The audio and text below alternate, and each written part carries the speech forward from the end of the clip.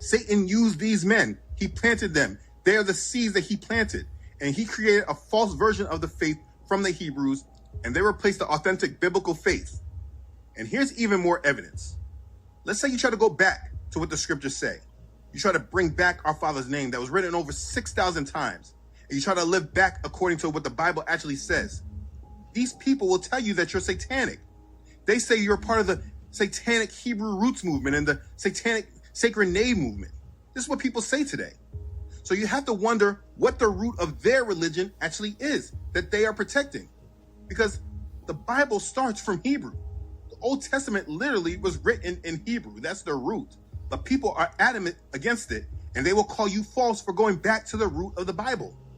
So it makes you wonder, what root are they fighting for? They say the sacred name movement is satanic, but is not the God that we serve, is his name not sacred? They will fight for the name Jesus all day long, which we know is a translation. But they say using the original name the apostles used, that Moses said, that David sung in his Psalms. They say this is satanic. When you really step away from your feelings and analyze what is happening, you can see the enemy at play. And so I did a lot of homework before I was able to 1000% declare that Christianity is false and that it's a religion of tares. But after I did the homework, it was very easy for me to say this. I did not do it off some whim. I've not only researched it, but I've been able to know it enough that I'm able to teach it.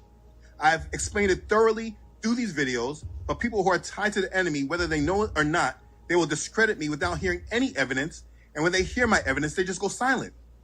All these doctrines that people believe in today in Christianity, I can directly point you to the early church father that created that doctrine.